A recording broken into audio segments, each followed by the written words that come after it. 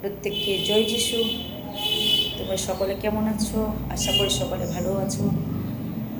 আজকের এই ভিডিওটা একটা খুব বড় খুশির খবর, যেটা হচ্ছে ঈশ্বরের মহান দাস প্রফেট রবীন্দ্র সিংজি আজকে তিনি ঝাড়খণ্ডে চলে এসেছেন। 13 মে আর 14 মে এই 2 দিন একটা বিশাল প্রার্থনা সভা হবে সেখানে। হালেলুয়া। কেউ যদি অসুস্থ পীড়িত সমস্যার মধ্যে থেকে থাকো তাহলে তোমরা অবশ্যই যাবে। তোমাদের বন্ধু বান্ধবদেরকে, যারা আত্মীয় স্বজন আছে তাদেরকে তোমরা অবশ্যই জানাবে, তাদেরকে নিয়ে যাবে। হালেলুয়া।